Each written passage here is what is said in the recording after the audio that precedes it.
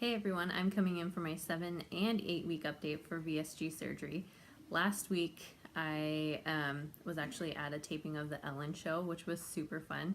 I went with my mom and my sister, and the guests there were Reese Witherspoon and Pink. And Pink performed her new song, which I love. And don't always love Pink songs, but it was really good. You should hear it on the radio soon. Now I'm blanking the name of the song, but you'll hear it too. It's good. If anyone's interested, it aired on September 6th. It was her second show of the season. And then we also filmed part of the tapings for today's show, Monday, September 11th. And anyway, so those are on. That was really fun. So I was down in LA, missed my 7-week update, but I have missed before, so it's okay. LA was really fun. I actually lost weight while I was there, which like never happens for me, especially when I'm, with family and sisters that you just go to have fun with. But I also didn't feel like I was super deprived either. Like everything went well. I was having fun. I didn't think about food that much. I probably had some things I shouldn't eat, but nothing crazy. Like I had a fried shrimp when we were down at the pier, or two. I think I had two. And probably some other things, but overall still lost weight, still did well, did a lot of walking, and stayed active, so that was good. Also went whale watching, saw a humpback whale and some dolphins, and it was just good. The only thing that was funny is that, speaking of this title of this video is most embarrassing moments, I've been dealing with major constipation. It's just been ridiculous. I've never had to deal with it before. It sucks. For anybody that has to, I feel for you. I would totally rather have the opposite, which is what I usually have, like everything goes through me. That has not been happening. So it 2 times it has been so bad that I'm basically like crying on the toilet. And the second time I was up until 5 a.m. trying to like get it out of me. I can't remember if I talked about this before, but it was so scarring that I probably talked about it a lot. But anyway, so when I was in LA, I kind of felt myself getting backed up, and the night before Ellen, I was like, I cannot feel like this tomorrow at Ellen. So I actually went and bought these things called mini enemas, and they're just like, they're small. I was gonna bring one to show you, but they're made by DocuSol, DoCusol, and I got them at Rite Aid. And enemas just sound terrible, but this was easy peasy. Seriously, it doesn't hurt, doesn't feel anything, and immediately gave me relief. Everything got flowing, so I would highly recommend those. I've actually done it once since then, and good stuff, I gotta tell you. And also, speaking of embarrassing, I bought my first hemorrhoid cream, so that's always something to mark off on your life story. And anyway, it's just all jacked down there, but I think I just need to stay on top of it and not let it go too long to the point where I'm in pain. But now I know what to do, and enemas are kind of becoming my friend, but I should probably find out or figure out an easier way to deal with it, because it doesn't sound great. But anyway, good recommendation for anybody that needs help. So I'm going to do my stats real quick. So last week was 7 weeks. I was not able to weigh in that day. I weighed in not until Wednesday. I usually weigh in Monday mornings. Well, let's be honest, I weigh every day, but the date that I count is Monday morning. So Wednesday when I got back, I weighed in. So my highest is 442. That was about a year ago when I was there, and been working on it since then. 7 weeks, I was 362.2, which is a loss of 34.8 pounds since surgery. I should say, I always do this in the wrong order, sorry. My surgery weight was 397, so highest weight 442, surgery weight 397. 7 weeks, 362.2, a loss of 34.8. 8 weeks, so this morning I was super excited to wake up to 358.4, which is a loss of 38.6 pounds. So I'm averaging just a little below, between like 4.5 and 5 pounds per week right now. But in the first 2 weeks, I lost 20 pounds. So that average is probably skewed quite a bit, but so far so good. So those are my stats. I'm super excited. I'm getting closer to my next, I call them like mini milestones. My next mini milestone is 350. So getting close to that, and it's going quickly. As far as NSVs, I feel like my clothes are soon not to be fitting. So I've already gone from a 30-32 in tops and a 28 pant down to a 26-28 top, and I'm still in the 28 pants, but I went to this thing on Saturday and literally they were like falling off and I was pulling them up the whole time. So that's kind of cool. I think I'll be in a new pant size soon, and I'm fitting in all my, this did not fit, this like buttons all the way now. It did not fit when I bought it. Especially the arms, like they were so tight I could barely put it on, and I had to wear a sweater for it to look decent. And now it's like, I can't even really show you, but it's baggy in the arms, and life is good. It's going well. So maybe next week I'll show some body shots. We'll see. So I've been thinking about some video to shoot, and something came to me while I was in LA. I feel like the normal updates are, you know, after a few weeks, it's just kind of gets to be like normal diet stuff that you're doing. So I thought for myself I would document some of the most embarrassing moments from when I was over 400 pounds. So I'm going to start with one that probably a lot of people that are overweight have feared, even if you're not as overweight as I was or am, and it's the dreaded airplane seat. So I've never, even though I've been heavier for my whole life and all my adult life, I've never been like embarrassed on a plane or anything. I've had to use seatbelt extenders many times. Somehow I just I'm either next to somebody I know, or it's never been too embarrassing. So I've flown a lot too, so I've never been too scared of it, but it's also always embarrassing, like who's gonna sit by me? I'm sorry, I'm so big, like I'll trade a squish, whatever.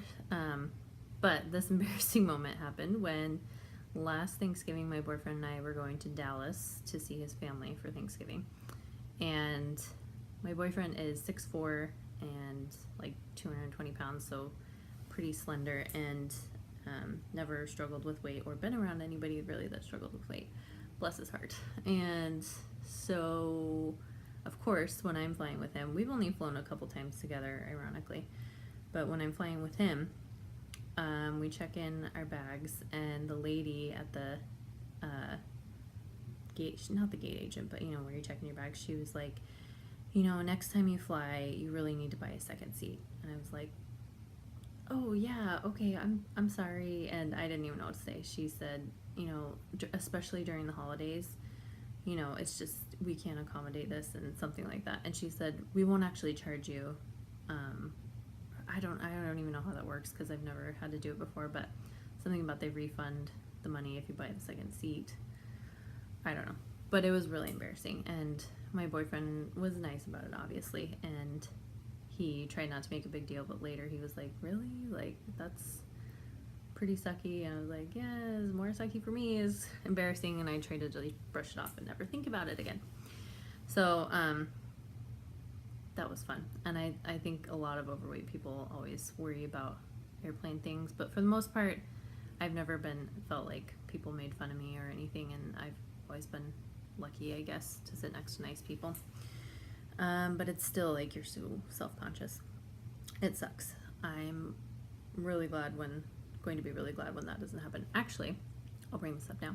When I went to LA, I ended up flying, even though I'm only like 6 hours away. I ended up flying, and I did need a seatbelt extender. However, I was only probably that far off from not needing it, and before I felt like it was almost completely extended. Both belts were completely extended. I actually took a picture, maybe I'll post it. Anyway, so that was cool. I am excited not to use belt extender and to feel normal in a seat. That will be nice. Next one is another one probably other people have worried about, the walk of shame going on roller coasters. So I went to Disneyland with my family just this past January, and I was probably 415 at the time and not even thinking about surgery. I was working with like a health coach to lose weight. Actually, it was probably like 400. I don't know. So I was terrified about the rides, doing all this research beforehand to make sure like what rides I shouldn't even try, what rides that are going to be fine, that kind of stuff. So my boyfriend was really excited, and we were going on all these rides together, and I'd always be like, I don't know if I'm going to fit, you know, and like this one's supposed to be small. Ended up that almost all of them I fit on, and it was no problem. But there was a ride at California Adventure, Goofy Sky School, and they looked really small, and they were. So if you are overweight, don't even try that, because my boyfriend hardly fit. And I had to take this walk of shame, you know, try it, and the poor people that are trying to like clip your belts and everything, they're trying to say like, oh, sit this way, and I'm like, really, it's okay, I'll just move on. And so you like try all these positions. Was not fun, and I eventually just, you know, walked off and waited for him to ride it. And so that was pretty embarrassing. Everyone calls it the walk of shame, and I tried to, again, brush it off and act like it didn't bother me, but obviously it does. And I was going to say another story about Disneyland. Oh, that actually happened again when I was with my dad and my sister, and that was kind of even more embarrassing because all four of us were trying to ride his Matterhorn at Disneyland, and I just was not even close, and there were so many people in line. Goofy Sky School didn't have that many. So many people in line next to the Matador, and it was really embarrassing. My sister kept saying, it's okay, and she's a little overweight, but not like me, and I was like, it was just not happening.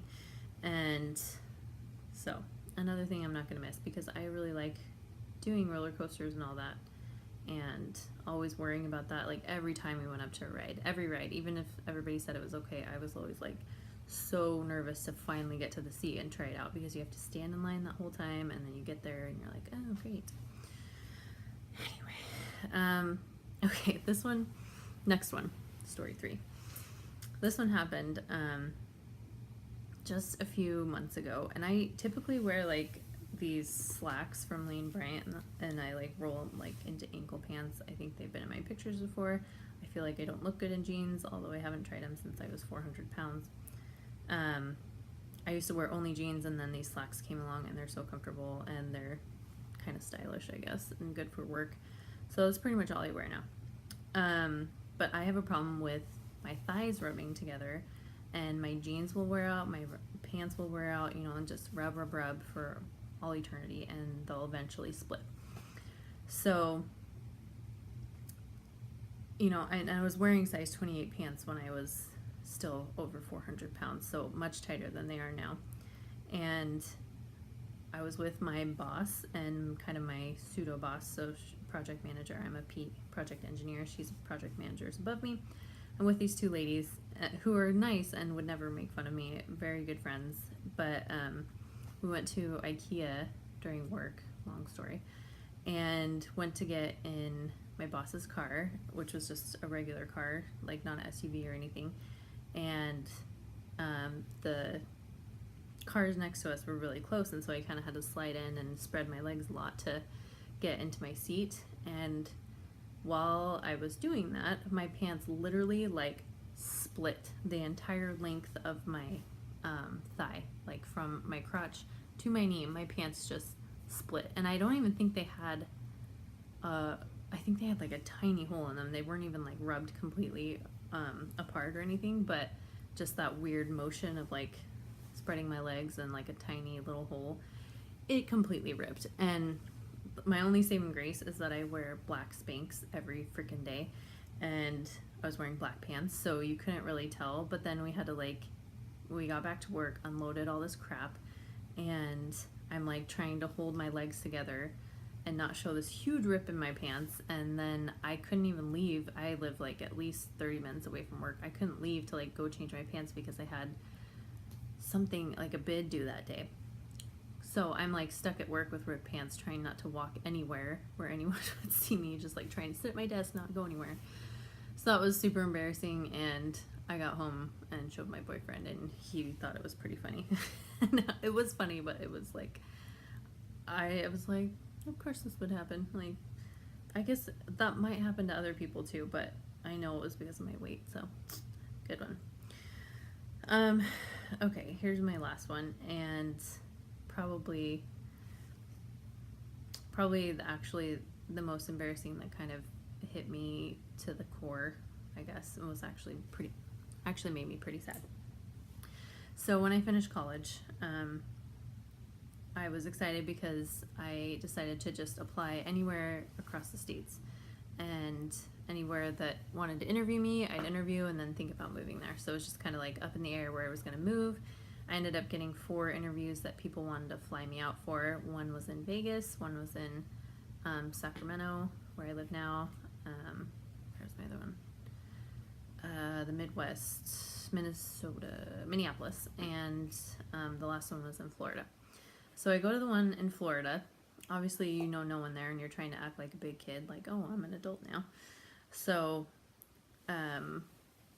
each one of those was kind of embarrassing because you meet all these people. I always felt like so fat because at the time I was like 440 pounds. So just like a blob of a person, like I've talked about before.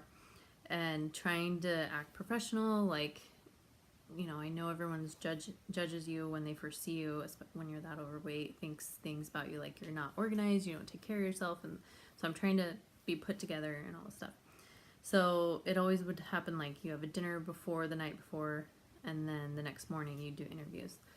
So with this particular company, they were like the most uppity company that I interviewed with. They were just definitely like very professional, and like all their offices were swanky, and I was kind of intimidated off the bat. So we get to this place and we actually do like a round robin interview with 4 different people, and I go to interview with one of like the vice presidents or whatever, the highest guy there, and he, instead of sitting at his desk, he sits at this little side table with chairs that are made completely out of wood, and the chair and the table, I should say. So he sits down, and I just know, I look at this chair and I'm like, I am not gonna fit in this freaking chair. And I didn't know what to do. Like, there's no other options. I don't want to look like an idiot. I'm interviewing, you know. So I go to sit down, and he was like closing the door, and I'm like, oh, this is not gonna work. So I kind of stood up before he could see me, and then literally had to like push the chair out and sit on the very tip of the chair without my hips inside, and look like I was, obviously looked extremely uncomfortable. And I got through that part. The whole time I was just like sweating bullets. I don't really get embarrassed or nervous super easily. And I was just sweating bullets with this guy asking me questions. I just felt like there was so much like tension, but like awkward tension in the room. And he could tell that I was uncomfortable, and I was like about to fall off the chair. That's how close I had to sit to the edge of the chair. And it was like, what are they called? My quads were just shaking because I was trying to hold myself up. And anyway, so we finished our little 15-minute segment with this guy, and when I got up, the chair basically, like, you could hear it like crunch a little bit, like it definitely broke, and we both just kind of ignored it and pretend like that didn't happen and walked out. And I pretty much got all of my job interviews except that one. And I just couldn't help thinking, you know, that was the reason. And I guess I should clarify. I got job offers from all the people except that one. So I couldn't help but thinking that was the reason. You know, it's just really embarrassing, and they probably were thinking, oh, this lady can't even control herself, and we can't have somebody like that represent us. And those are the things that went through my head. So those are my most embarrassing moments that I could think of. If I have others, I'll make another video. I'm sure there are many. Oh, geez, that last one was sucky. So I'm really glad not to be at the 440s anymore, because from that point, I'm actually a little over 80 pounds lost and feel like a different person, and chairs are soon not to be my enemy. Right now, chairs are my biggest enemy, and it's just so scary sometimes when you have to do things like that. So anybody that's feeling that pain, I can relate. And this surgery journey has been so worth it, and I kind of hope I just continue. And I mean, of course I'm gonna continue. I don't know what I'm gonna say. I don't know what I'm saying. I'm just excited to keep going, and thank you for anybody that watches, and I'm just glad I decided to do these videos because I think they're going to be good therapy in the future when I'm struggling. So anyway, thanks guys. I'll talk to you later.